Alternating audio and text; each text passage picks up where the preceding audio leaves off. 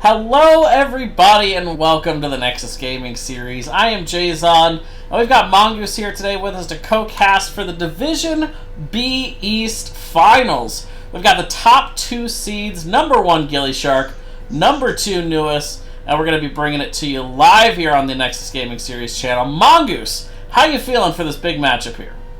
Fantastic. I think this is going to be one of the top 2 Division finals matches, to be honest. Not just the number 1 and 2 seed, but kind of the number 1 and 2 seed throughout the season. These guys have really been leading the way in B East. So while the tournament up to this point has been a little bit chalk, which is maybe not quite as interesting leading up to it, but it does mean you get the number 1 and 2 seeds in the East finals, and that's exciting. I think this is going to be a really great set.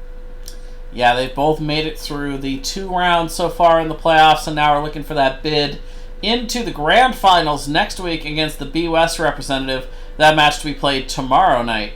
But let's take a look real quick at the map picks and bans. So we did have gillyShark with the higher seed. They elected for that map pick.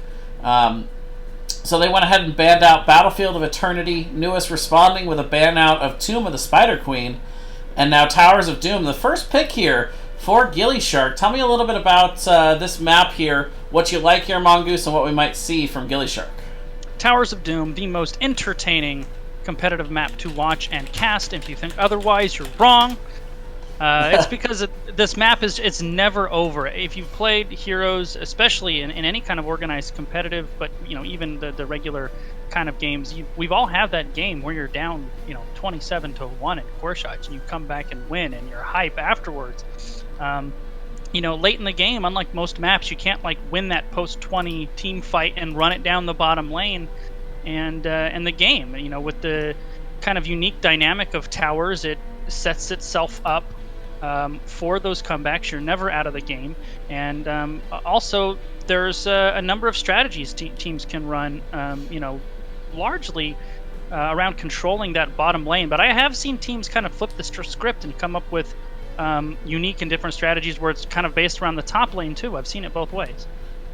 Yeah, definitely a lot of different ways you can approach this map, but yeah, that bottom lane always often the priority for most team strategies. Globals can be very effective here for quickly rotating between these altars, especially in those triple altar phases. And of course, it's like I said, it's never over. It's never over until the very end. And looks like we got about 1 minute. Somebody waiting here, but we'll be starting this matchup very soon for you guys. Yeah, and talking about the seasons these guys have had, NUES, their first season here in NGS. What took you guys so long? They got to be featured first week, the inaugural edition of Thursday Night Showdown against the reigning B East champions, the back-to-back reigning B East champions in HOTUS. And they really put out a dominant performance, kind of making everybody turn and notice. And then the very next week, they got to play gillyShark. Lost 2-0, but that was way back in week 2. And there has been a lot going on since then. So I don't really think there's too much you can take from a week 2 matchup between these two guys. Yeah, both teams have had a lot of time to grow, a lot of time to change. And, I think that this is going to be a pretty even matchup back and forth between these two. I think a lot of it's going to come down to who shows up here tonight, ready to play, and ready to take it to those grand finals next week. But first pick, first ban, going to go over to the side of NUES. What do you kind of expect here in this early ban phase? Globals on Towers of Doom. Abathur, if you have an Abathur player and your team is comfortable utilizing that, is very strong. Typically, when you start getting above B, ABBA is almost an instant ban. B is kind of that fringy area where some teams have it and some teams don't. But that is not surprising, because if you know gillyShark, you do not let them get a hold of Samuro. So Samuro banned for NUES, and then an Ana ban coming back the other way from gillyShark.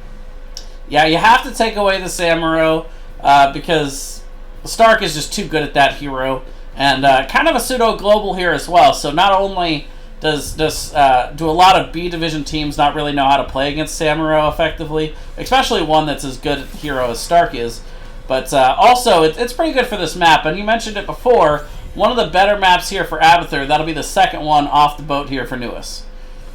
Yeah, and one of the kind of not oft talked about side effects when you have a pocket hero or an off-meta hero like Samuro that warrants a ban from the other team, it actually opens up the meta heroes for you, because NUES has to respect that particular hero and that strategy coming out for gillyShark. So, I mean, Anubarak still on the board, Diablo still on the board. Those kind of higher priority tanks in the meta right now, or Zeratul. If either of these teams has a Zera player, he's highly prioritized and very effective. Yeah, Shadow Step was making a name for himself right off the bat on that first Thursday night showdown with this hero Zeratul. They let Hodis let it through that first game and then instantly banned it in the second game because this guy was throwing down VPs, massive setup, and you mentioned a very unique ban phase here. I don't think I've seen a first ban phase where there was Zeratul, Maiev, and all the tanks let through all in the same ban phase.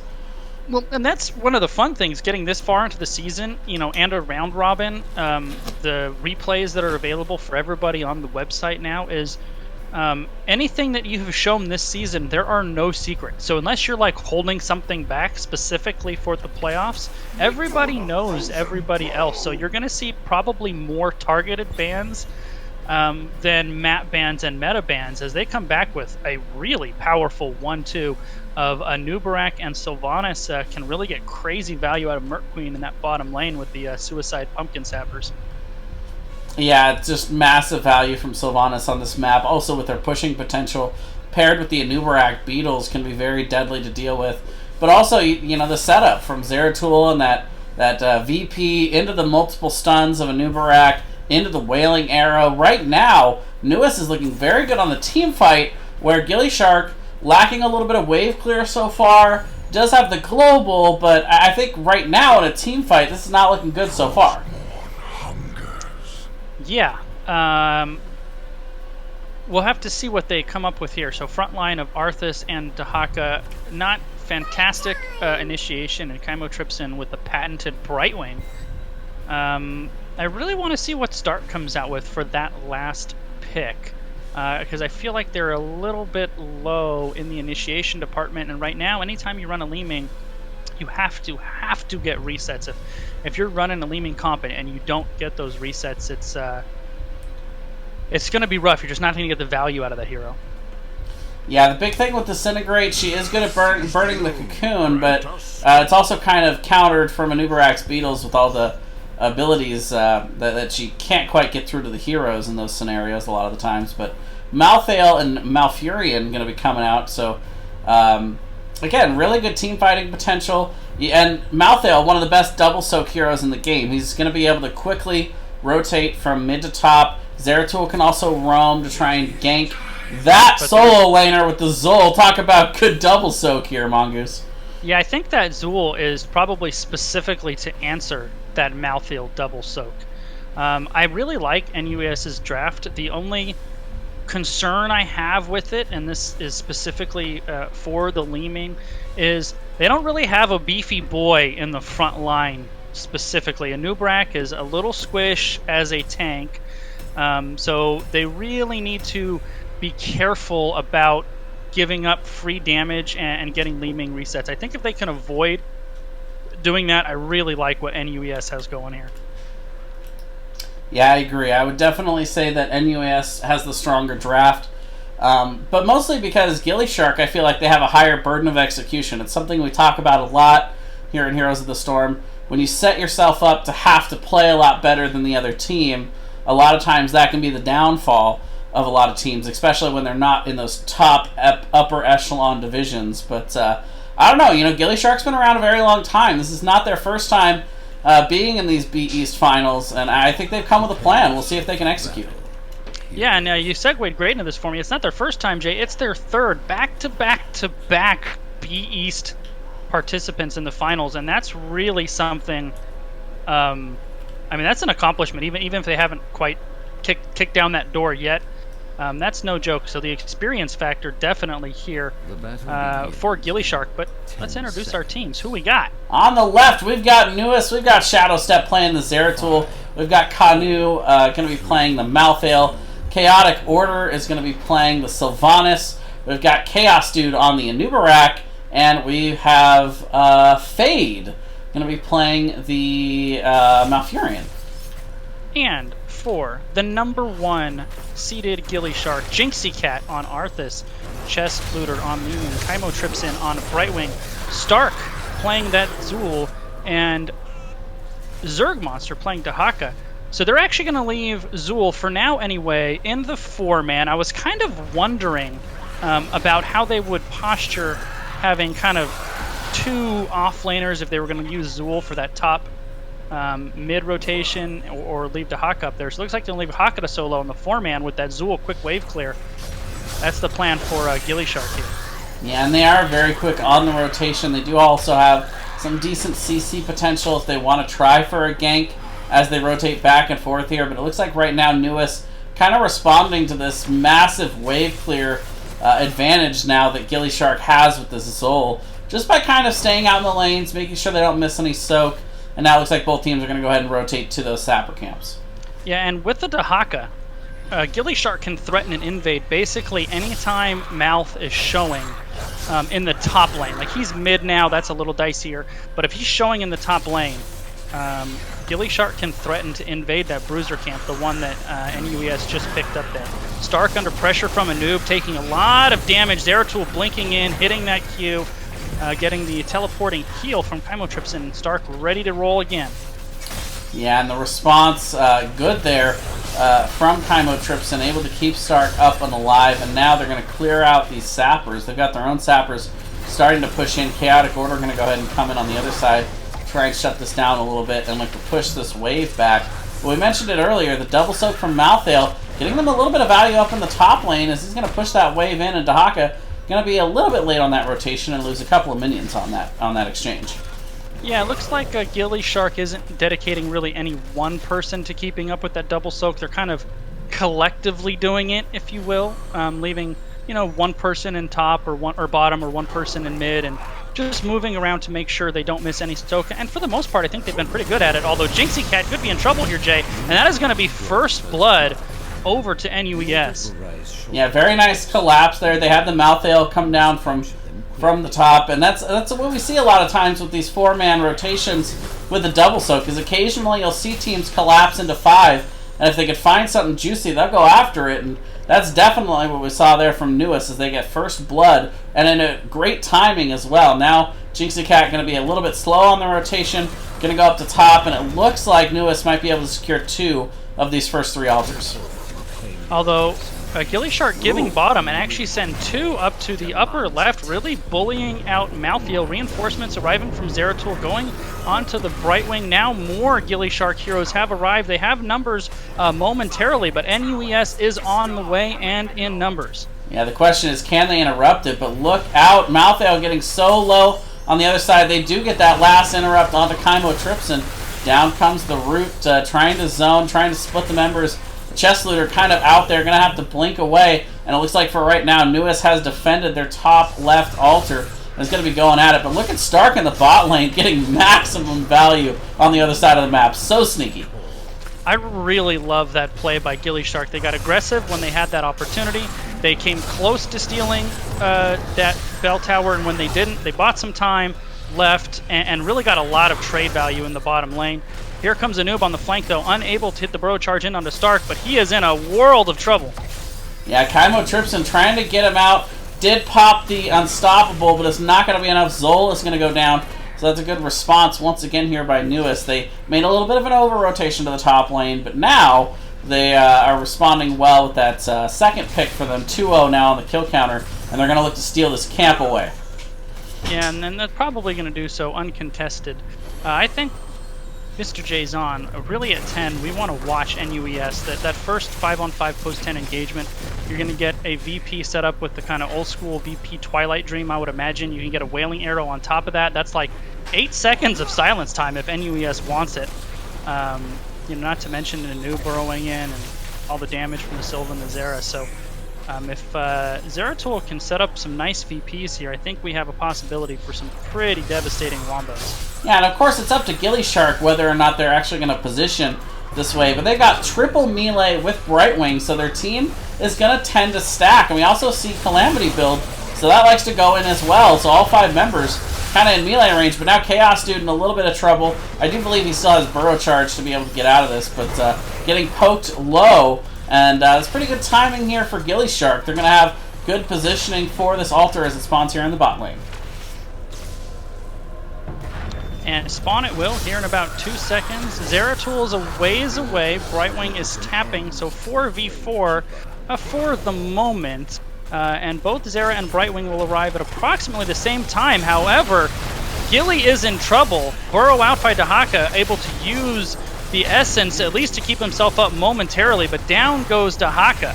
Jinxie Cat shortly to follow. No, it will be Mouthfeel in a 1-for-1, and there's the reset value that Gilly is looking for with that Li Ming. Yeah, I'll tell you what, the Dahaka wasn't able to live there, but he was able to live long enough. They got a lot of counter damage onto NUES, but NUES now has tapped. They're coming back in. Stark is low on mana and now even lower on health. He's going to go down. So a bit of a 2-for-1 exchange now. Chaotic Order eating all of those missiles from Chest Looter, but going to stay in proud and tall, going to cap that point, and that's going to be now an 8-point advantage for NUES early here on Towers of Doom. Yeah, and not only that, they are just hitting level 10. It's going to be a little bit here before gillyShark is able to respond, and they're going to push hard. With Beetles and a Sylve, they're going to get a lot of value out of this to combine with their level 10 advantage. I would not be surprised if they're able to chunk this fort out pretty hard if they really wanted to step in. Step in they do, going all the way to the back line. Shadow Step even going to drop the VP onto him, and the follow-up is there on the Wailing Arrow, but they're not going to step in on the actual fort itself. And that's a lot of heroics used here by NUES. Yeah, and Dahaka with a really aggressive burrow landed the tongue, but was pretty low on life and wasn't really able to capitalize. So heroics on board for both sides. As we saw, Wailing Arrow from Sylvanas, Twilight Dream from Mouth, Void Prison from Zera, Cocoon from Anubarak, and Last Rites from Malthea. And now level 10's coming in for gillyShark. It's going to be the Blink Heal, Army of the Dead, Disintegrate, and that looks like Skeletal Mages along with the Isolation. So here we go. Game's really going to start now as everybody is on board with their heroics, and gillyShark is invading or boosting, but they do get the Initiate onto the Li Ming. She is in trouble. Yeah, right away. Big Twilight Dream coming out at Nubarak. Not going to be able to dive out of that situation. Chymotrypton is pretty low. Shadow Step kind of stalking around, looking to see if they can finish him off. But the tongue comes down. What a tongue there to kind of peel for Chymotrypton. Now still trying to blink around, still in trouble. But the Last Rites going to finish off Brightwing. So it ends up being a 1-for-1. But Anubarak's going to be back much, much faster here. And Stark, in the middle of all that, actually capped that camp for gillyShark. So they've got some sappers pushing here in the bottom. They're able to secure the bottom altar there. And now both teams here posturing around mid. Tongue does missed from Dahaka. Yeah, good poke coming in from NUES. They are stalling this out well, but the root comes down. Polymorph to follow. And Maltheo getting so low, but Anubarak again stunned it on the inside. Big 3-man VP on the backside by Shadow Step. Make it a 4-man as Jinxie Cat steps in, trying to survive, but in comes the resets. Look out, Chest Looter popping off here. And it's going to be a 2-for-1 exchange as we go back and forth once again. Yeah, I mean, trading out kills in quick succession actually favors Gilly with that Li Ming. Right. And we highlighted the lower health pool heroes in general from NUES. They can't take repeated Li Ming salvos like that. And Chest Looter really showed why. But Jay, we haven't seen that big VP wombo that we've kind of been expecting. After 10s, it actually hasn't been NUES. It's been Gilly. They've come roaring back from down 8 core shots, and they've tied this game. Yeah, this is what you love about Towers of Doom. Teams can always come back. And granted, that was not the biggest deficit in the world, but look at the commitment coming in here. They're diving in deep onto Jinxie Cat. The TP is in on the other side, though. Skeletal Mage is also thrown down there by Stark.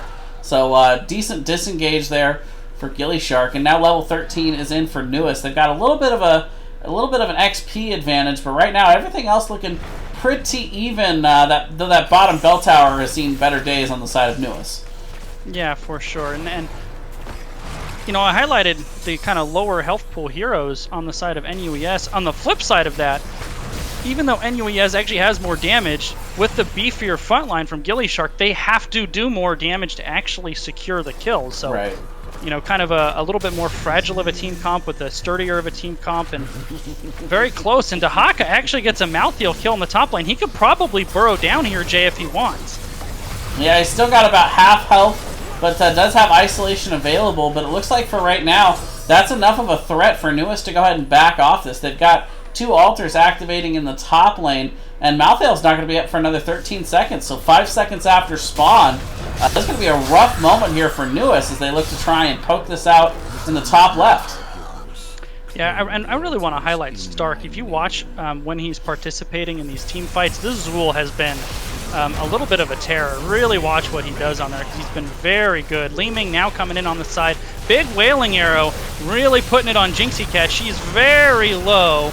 VP catches too. They're trying to get Jinxie Cat down, but Army able to keep her up so far. Last rites, will it be enough? Yes. Down goes Jinxie. Down goes Stark. Down goes Chymotrypsin.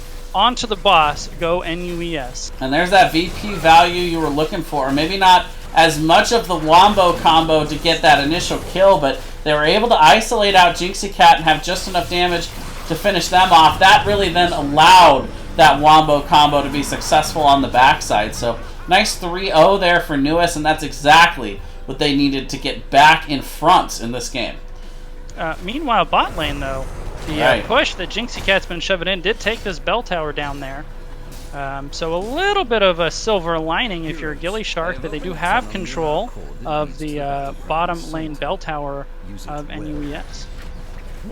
And meanwhile, capping on the top side as well, so Sylvanas being a little bit sneaky up there. Shadow Step gonna find somebody in the shadows there, but now has been caught out. The root comes down, and that's gonna be a big kill for gillyShark. Right as NUES was trying to get that camp, try and get control of this bot lane once again, gillyShark comes in and says no, and we're back to seesawing here on Towers of Doom.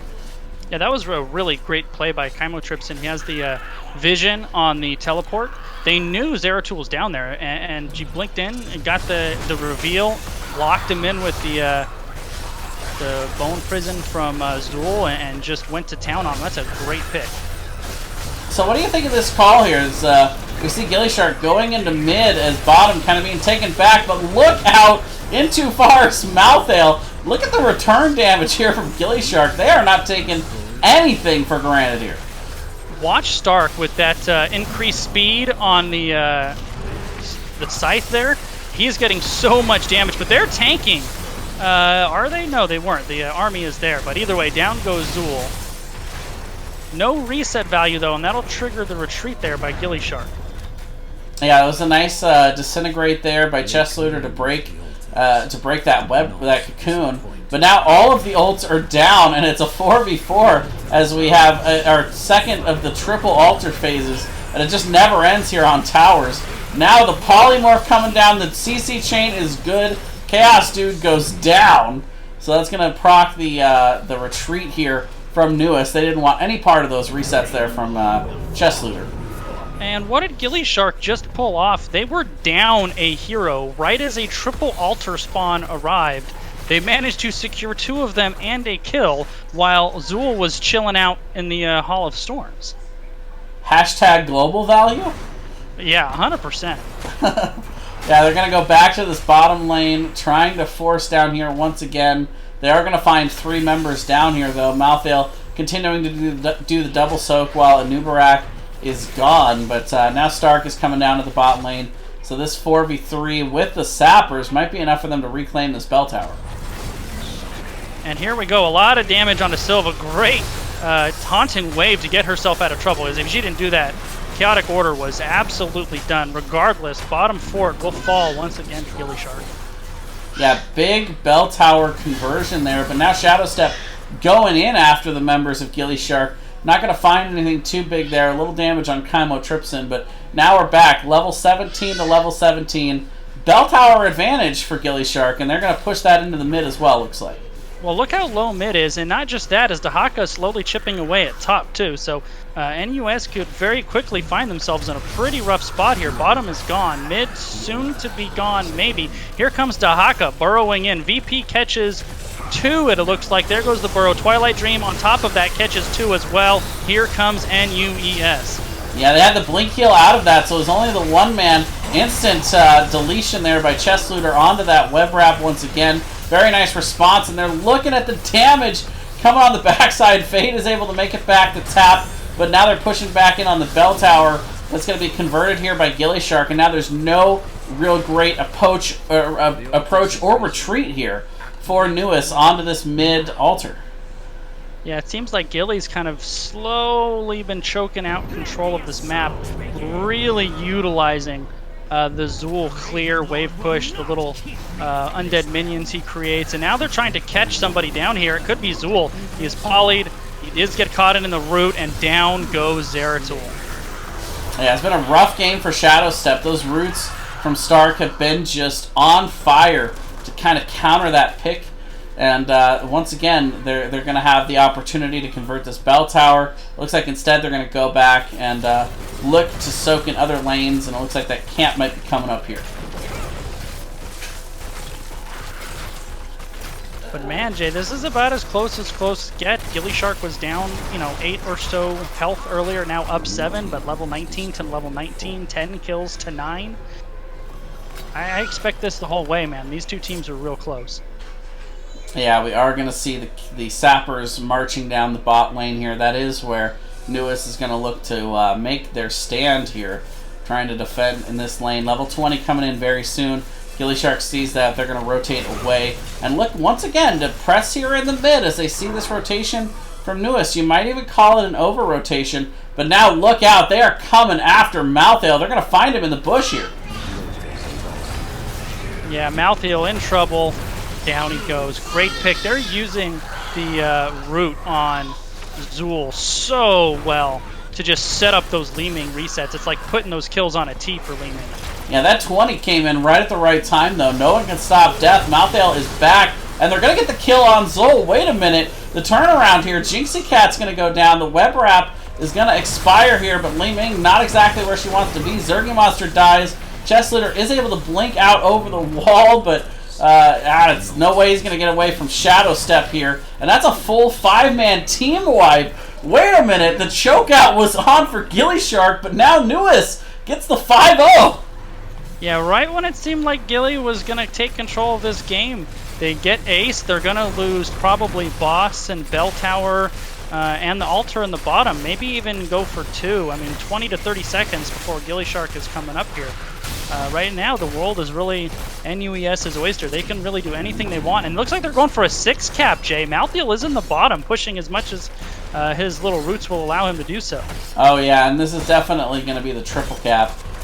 So we're going to get extra shots here. Still 17 health from gillyShark, so I think they might have time to be able to get up in time to reconvert one of these bell towers in mid or top as the bottom one goes down. But this is going to be 6 shots going over to NUES. It's going to really bring it in to within 1 point, and they are going to get the 6 cap here in bot. Chaotic Order does have the shutdown. The only question is how many shots are they going to get before that top bell tower gets converted for gillyShark. Yeah, at least 1. Probably just the 1, I think, though. Yep, there is the 1, and there is the bell tower going down. So we have a tie game here, ladies and gentlemen, 10 to 10. Level 20 now achieved for gillyShark, and they're going to look to rotate down. They could try to take the boss off the map here, but I think more valuable would be to get control back on this map a little bit and try to reconvert some of these bell towers. Yeah, and I wonder if NUES kind of postured toward the boss like they were thinking about it, but instead they're going to defend these hard-earned bell towers. Yeah, big stunts coming out there, but the silence is thrown out in return. We do see the VP, but a little bit too deep behind an enemy bell tower there. Not going to find the value, and this will be reconverted here by gillyShark. Yeah, that was the AoE isolation there on Dahaka that really drove back NUES there. A lot of silenced heroes.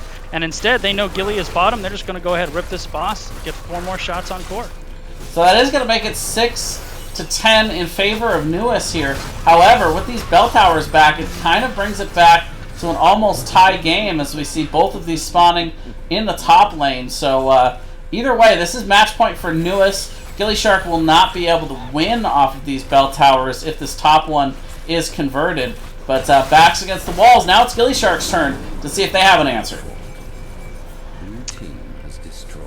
Yeah. I mean, NUES could win off this one. They would need both now.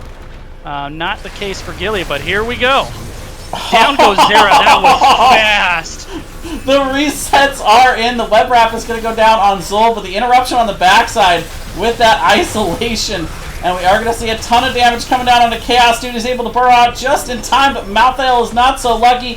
Resets in onto Chaos Dude. He's walking away. And that was the answer that gillyShark needed. Wait a minute, the cap on the backside. No! Malfurion's going to get interrupted, and now he's on the wrong part of the map. He's just going to go ahead and try and make it out the top side. Wait a minute!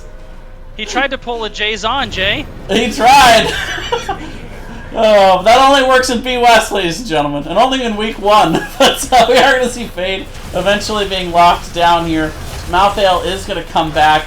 Bottom bell tower going to be converted, but it's 4-3. What is happening, Mongoose? Well, I'll tell you, I love what gillyShark did there. They completely ignored Malthael, understanding the longer he takes to spawn, the more staggered those death timers are, and Malfurion intentionally walked into the towers for the same reason. Yeah. Really heads-up play by both sides, and great understanding. He could have done that earlier, though. He didn't have to turn that corner. He knew he was a dead man, you know. That's going to be another, what, 10, 15 seconds until he's back here. The next bell tower, you know, he'll probably be back in time for this next altar, and it looks like it's going to be a double altar in bot and mid, so positioning's still going to favor NUES, but we'll see how much gillyShark can convert here before this last phase. Yeah, this, I mean, double spawn, where either one of the altars will end the game for either team. I mean, you can't ask down to who caps first. You can't ask for a better ending to this. This is crazy. And this is only game 1, Mongoose.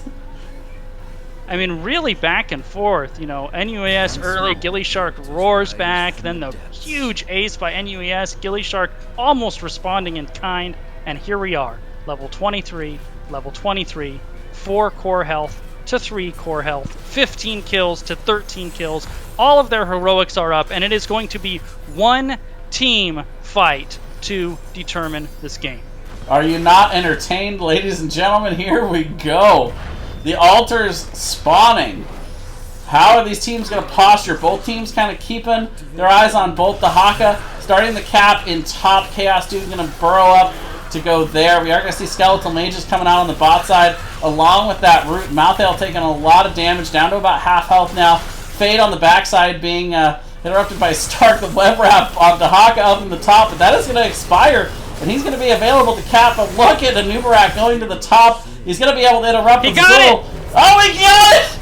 gillyShark is going to win here in game number 1. What a cheeky cap. Oh my goodness. Oh, man. Well, they call this the Beast Division, and what a first game that was. And holy moly. Oh, man. gillyShark has come to play tonight. Backs against the walls there. I was almost ready to count them out. I knew better from this team, though. They're so sneaky, and they are going to capture themselves a game number 1 off of Zergy Monster with that last cap. Mongoose. What the heck, man? I love the approach there by NUES at the end. They cocooned Haka and then tried to take the 5-man bottom, but they mistimed the return to that mid lane. The Haka just got that channel. I mean, it was a half a second. It was real close. But just that little small, you know, second and miscalculation there for NUES, and that's game 1. That is game 1, and ladies and gentlemen, we are going to take a quick break here as we set up for game number 2. We'll be right back here with game number 2 of NUES versus gillyShark here in the Division B East Finals.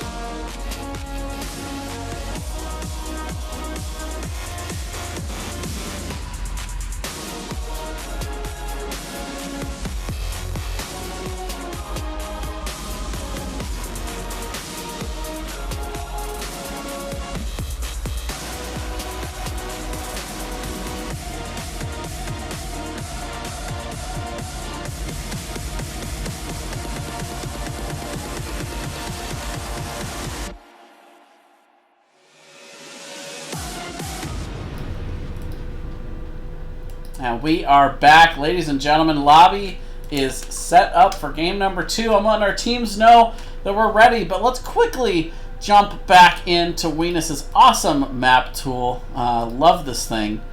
We'll take a look at the map pick. So that first game going over to gillyShark. NUES then having the pick of whether they wanted first pick or map pick, and they elected for that first pick. And so we're going to see gillyShark taking us to Cursed Hollow here for game number 2. An oldie but a goodie, kind of the classic, closest thing to maybe a traditional MOBA map in Heroes. Love me Cursed Hollow. Really looking forward to how this one plays out. And here we go into game number 2. gillyShark looking to make the third time the charm here as they make their third straight trip to the B East finals, and they started off strong there with just an absolutely insane game number 1 win, and now going to Cursed. If you're NUES, what's the main thing you're looking to do here in the interim between these 2 games and as you head into the second draft? Continue to ban Samuro. Right, yeah, of course. Right, obviously. Stark, really? No, I don't know that you really changed that much. I mean, that game was 100% like a coin flip game, right? It was literally, like, actually decided by a 1-second miscalculation on a rotation, rotating on timing, right? So I don't think you really do much of anything else if you're NUES. Clearly, they're 2 very closely matched teams. Just play to your strengths, as cheesy as it sounds, win game 2, and let's see what happens. So gillyShark is going to go ahead and make an adjustment here and ban out the Anubarak, not wanting to deal with that again. And the adjustment on the other side, NUES going to go ahead and ban out Dahaka. They don't want to deal with that again, especially on a big map like this, Cursed Hollow. Those globals can be so difficult to deal with. Yeah, and one of the heroes that I love on Cursed Hollow is the old Dibbles.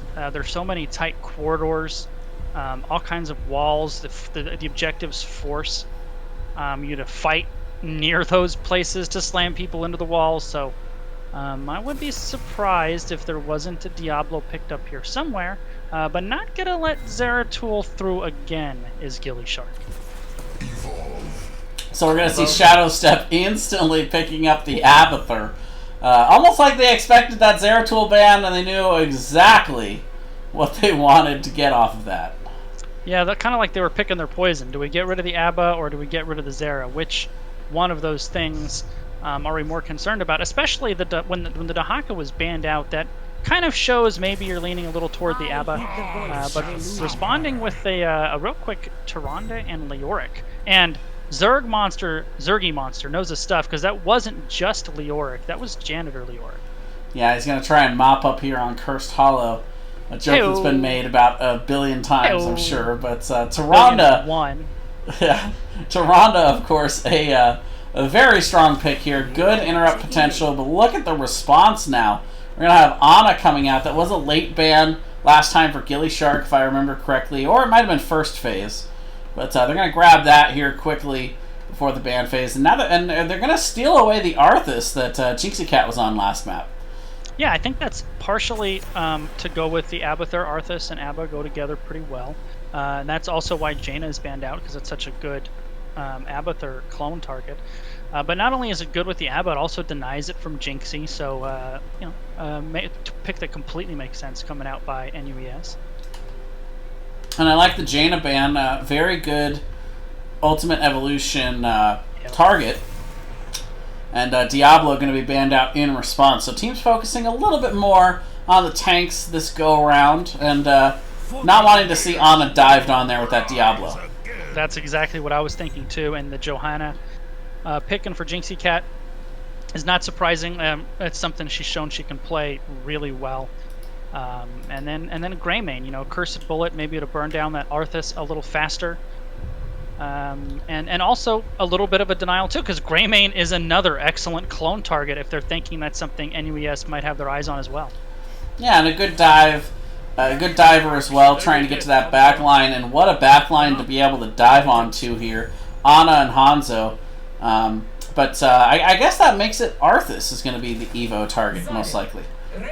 Possibly, but they're running Oof. something we're pretty familiar with, Jay, is the Abathur Muradin. I'm having nightmares. On the other side, though, that Zarya coming out as the last pick. Yeah, that's something we're familiar with, too. We're going to have PTSD here. Ah! But either way, the Zarya are going to give a lot of extra support to that Greymane as Chess Looter tries to dive in on the backside. But yeah, the Hanzo, of course, going to be great in terms of being able to stall out these tributes. And, you know, I'll be honest, I look at these two drafts, I'm not sure really who to give an edge off of. I feel like both are really good drafts. They both have good concepts, and I don't feel like one necessarily counters the other. Yeah, something, a little bit of a trend between these first games from gillyShark is they clearly don't mind running that solo backliner with these really burly front lines. And really the only good target for a crazy-hatted Mura to jump onto is the Tyrande. And that's why the Zarya is there, to give the shield to keep that target alive through the Evo and through a crazy hat giving the axe murder. All right, well, let's get on into game number 2. On the left, we've got NUES, Chaos Dude, going to be playing the Muradin. We've got Kanu going to be playing the Arthas. Shadow Step going to be playing that Abathur. We've got Fade on the Ana.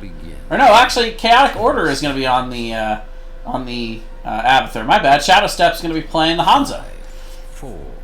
And number 1 seeded gillyShark. They're so close, they can taste it. Jinxie Cat on Johanna, and I love the mount synergy. They've already won this game.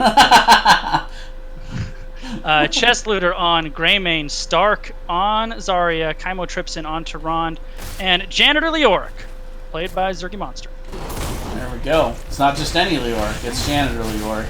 Early, a little bit cheeky there, gonna get some charge in for Stark nice and early and get about half of that tower worth of damage. And now we're gonna see the 3-man stacked here in bot. Good damage coming out in return, though, onto Chess Looter, but a couple heals, bubble, and he's right back into it. Yeah, one of the other things we didn't touch on with the Zarya, specifically into an Abathur, is Zarya can shove so hard early. And free 10, light on a body, it's really hard for Abacomps to make up for that. And you can see that's what Gilly's doing. Leo gonna solo top, Jojo gonna solo sub mid, and they're gonna use this Greymane, Zarya, Tyrande thing in the bottom lane, and they're just gonna put a ton of pressure down here. Yeah, I like the response, 3-man into bot. Now Stark actually in a little bit of trouble, but sidesteps that Stormbolt. Gonna throw out the Brightwing spray just for good measure. But early rotation to that camp. We do see the tribute in the bot lane. That's a good call here from gillyShark to be able to grab that camp. And they can actually also then look to grab mid here if they want to, or they could push.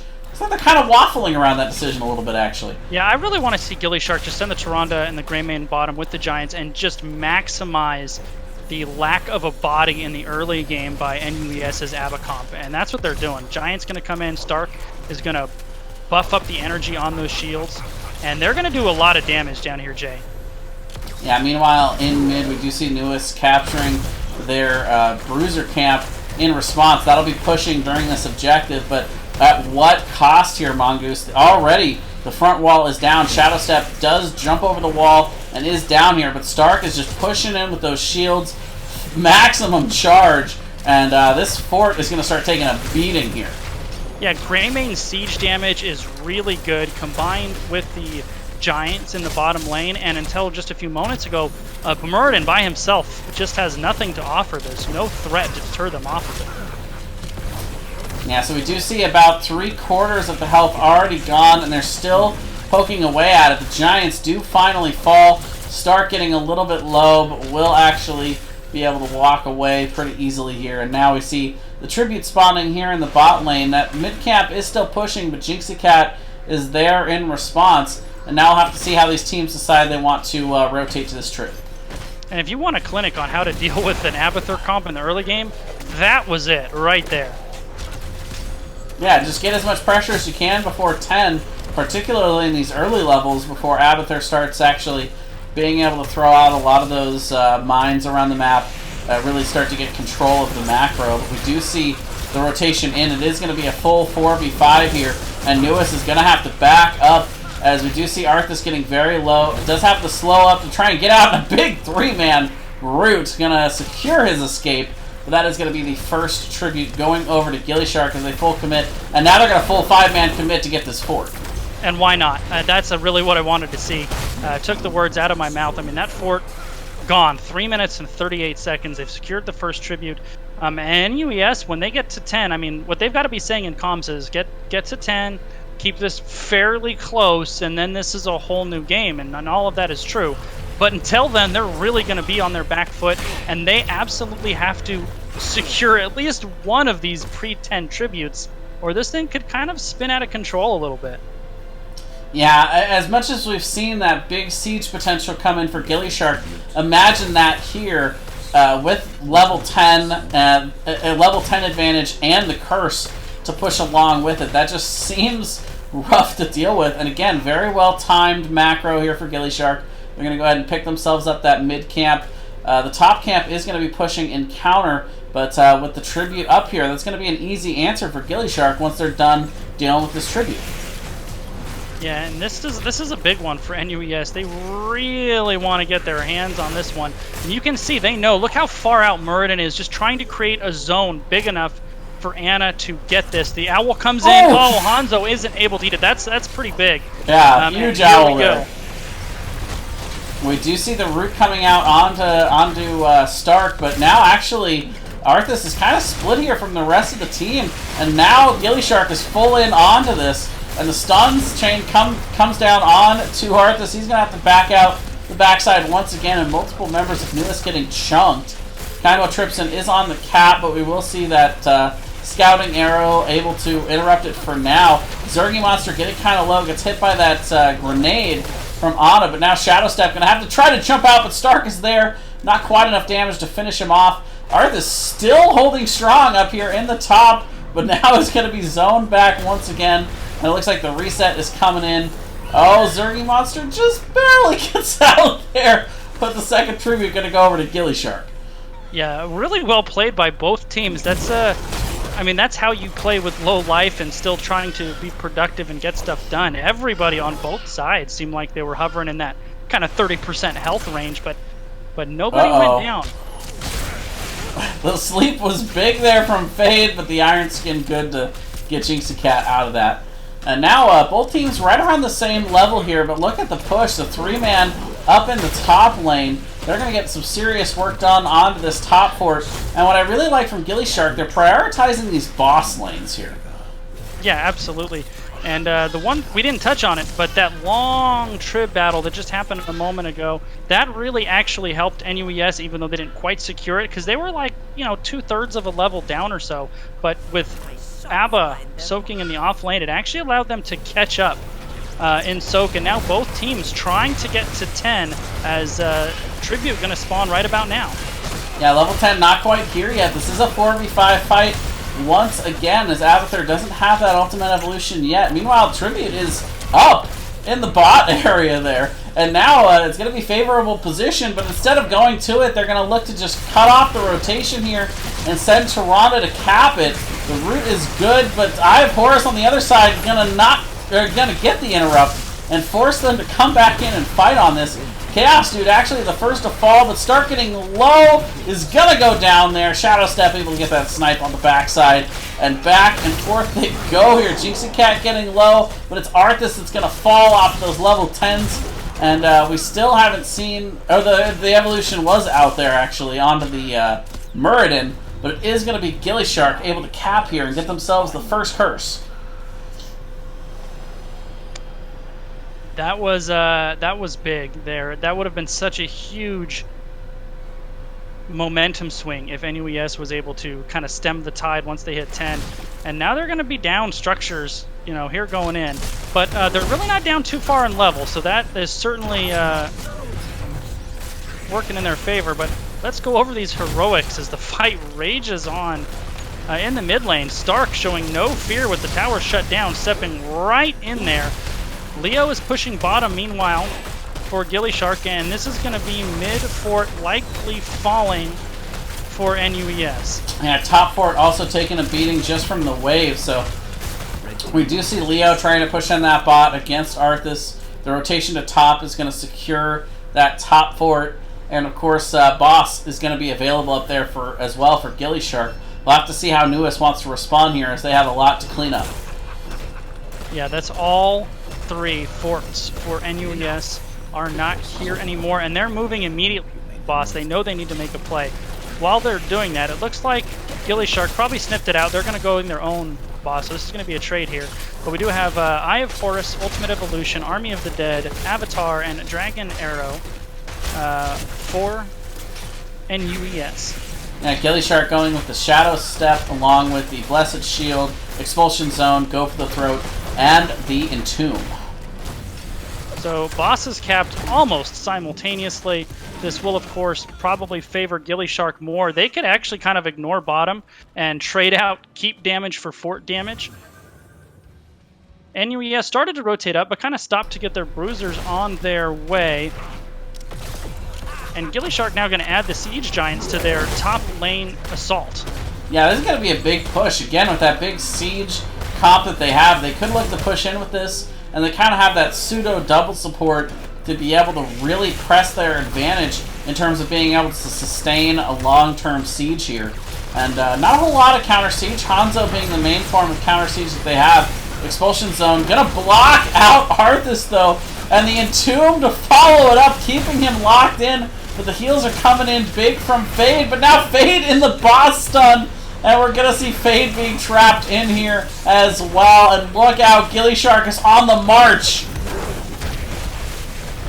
That was impressive. The combo with the Entomb just waiting for that Expulsion Zone to expire. And they are on core, Jay. 10 minutes into this game.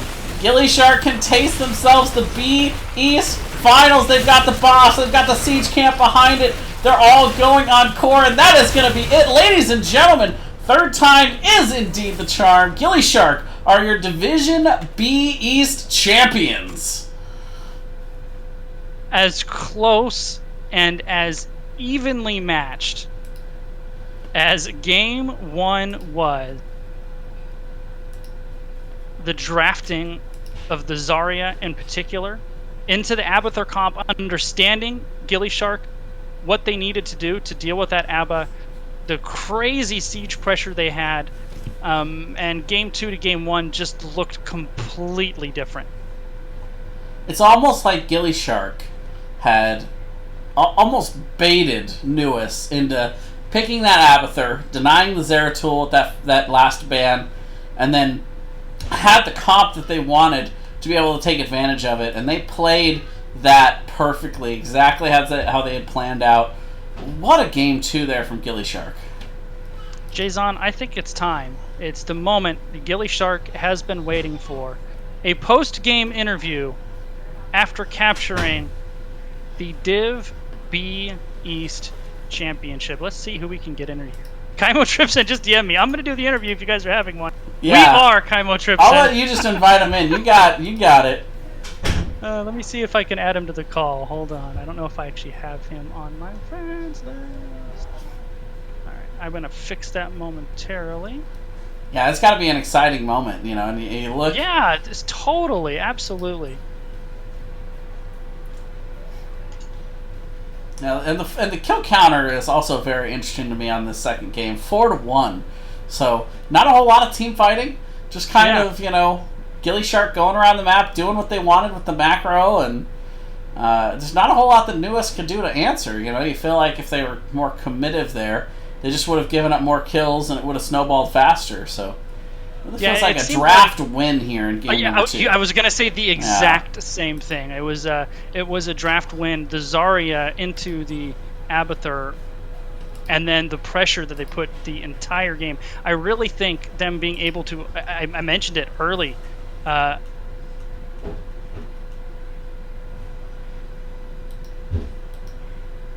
Oh, Stark. With those gillyShark spams. Stark said he's going to spam until he's banned. Well, you know, we might as well go ahead and time him out for just a minute, you know. I may or may not have that power, but... 3 minutes, because All there's right. 3 Samuros. We'll go for 10 minutes. We'll be done in 10 minutes. No worries. So, hello, by the way. Joining us here is Kaimo Tripson. We mentioned it before. You guys have been here in this position against HOTUS twice before, 2 seasons in a row. How does it feel? You guys are the Division B East champions. Absolutely amazing. I think even at the end of Game 1, it was cheering in comms because that game was not going the way we expected it to. But it kept our momentum up, and we're glad we didn't face HOTUS, honestly, but we had prepared for them. So NUES got the benefit of all of our HOTUS practice. There you go. Well, you guys looked good. A tale of 2 games there, really, because Game 1 was seriously like as close could be. I mean, really, if a noob shows up to that channel 1 second earlier, that game might still be going on. And Game 2, completely on the flip side. Kind of talk about the differences just in how those games went and why, because clearly you guys are pretty close, but you guys really put it on them that game too. Yeah, so Game 1, so we spent like 3 hours yesterday going over their drafts and our drafts and trying to figure out how we could take them apart. And on bigger maps, we thought that we had to ban the Abathur, because their Abathur is pretty strong when Abathur gets to do what Abathur wants to do. And then Ana is just obnoxious, and we thought we could handle their Anubarak in Game 1, and clearly we couldn't handle their Anubarak as well as we were hoping we'd be able to. So their Anubarak engages were absolutely insane, with then the VP and then the Malfruit follow-ups, and we were just getting shredded before we actually got a chance to team fight. So in Game 2, we said absolutely no Anubarak, and got rid of that, and then we had a plan for, if they pick Abathur, we're just going to build a super heavy siege comp, and if they go heavy frontline with a single damage dealer, we pick Zarya, and they did both of those things, so then we just had a Zarya Greymane charge at their buildings until they die comp, so Abathur doesn't get value. Well, it worked.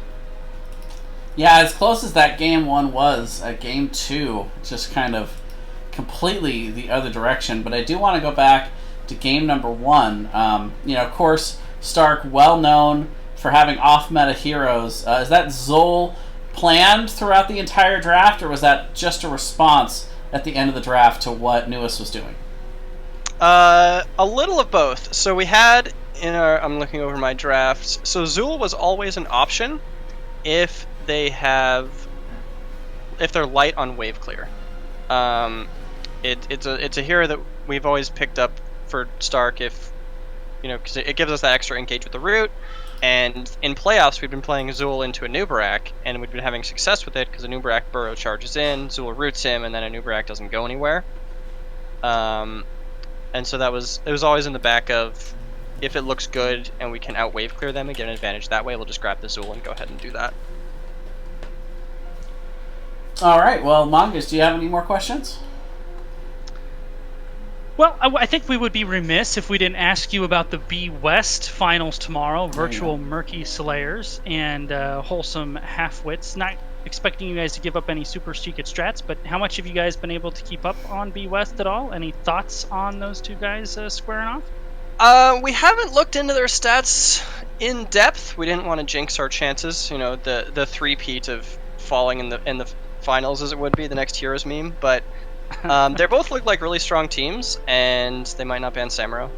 Fingers crossed. There are other heroes in the game, but we have some strats that we have prepared.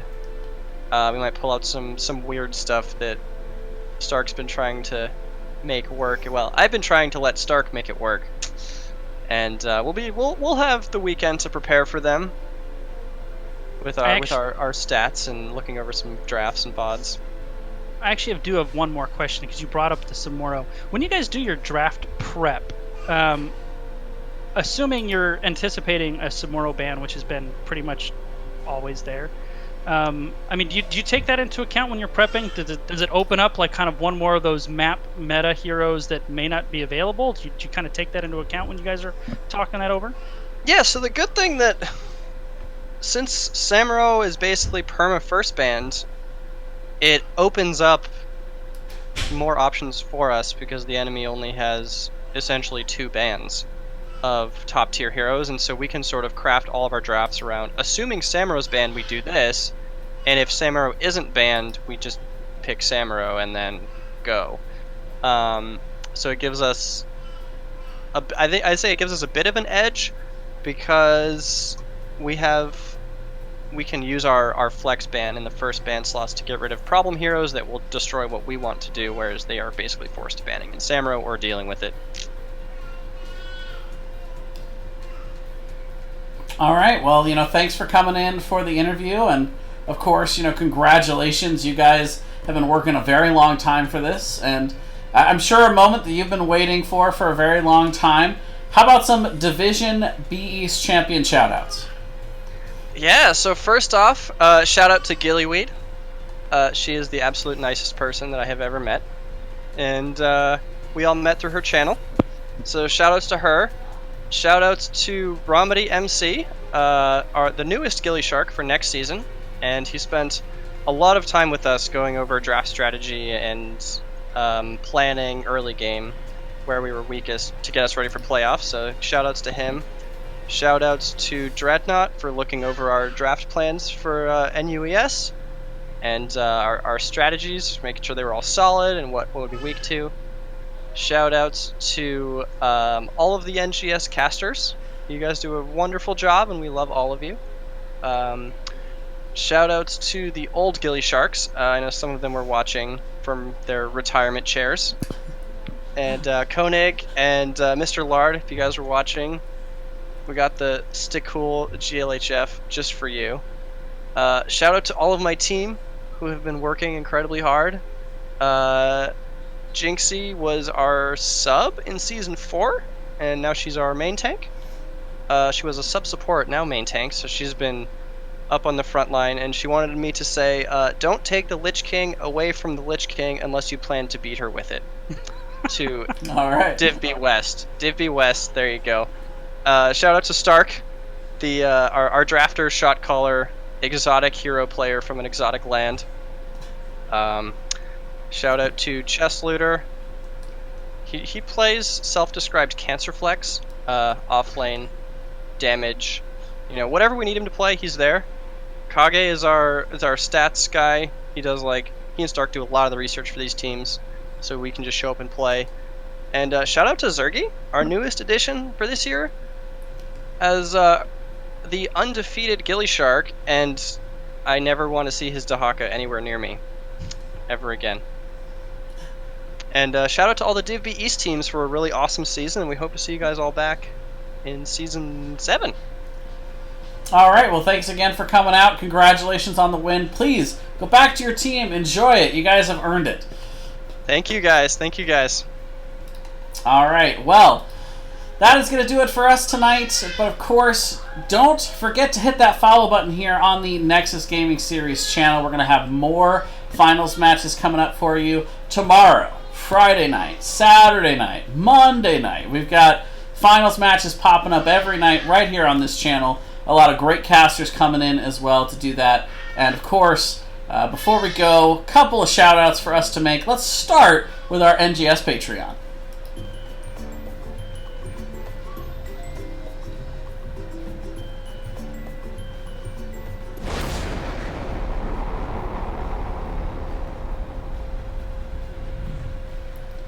And since we've got the head of our Patreon efforts here, Mongoose, why don't you go ahead and do your shout-outs and the Patreon shout-outs all in one nice bundle. Yep, I'm working on the patron rewards right now. Speaking of Stark, one of the things I do for our player cards is figure out the roles that heroes play by looking at Stats of the Storm, and he is correct. Stark was a hard one to peg down. But really lots of good stuff, rewards, all kinds of good stuff. If you haven't checked it out, I encourage you to do so. As far as me, myself, I will be back here on this channel with Murda for maybe the hypest of the hype Division Finals C East on Friday night. So be sure to come in for that. And if you like NGS, next week is Grand Finals week. It's where all the cool kids will be, so be sure to be there. All right, and then, of course, Don't forget to check out the NGS YouTube channel. We've been working on that all season long. We've got new episodes of Nexus Edge. We'll have all of these casted matches from here on the NGS channel live on there. Just a couple hours usually after the match is over. We'll definitely have this one up pretty quick tonight. Then of course, don't forget to go over to both Mongoose's channel and my channel. Don't forget to hit those follow buttons. It's always nice for the casters to come over here and cast on the NGS channel, but we don't want you guys to forget to come over and follow us on our channels as well. The support is always greatly appreciated there. And I think that's going to do it for us tonight, guys. I'm going to send you guys over to Crowan to watch some more Heroes of the Storm action for anyone that's sticking around. But until next time, tomorrow night here on the NGS channel, I am Jayzon, he is Mongoose, and for the Nexus Gaming Series, we'll see you later. Have a good night.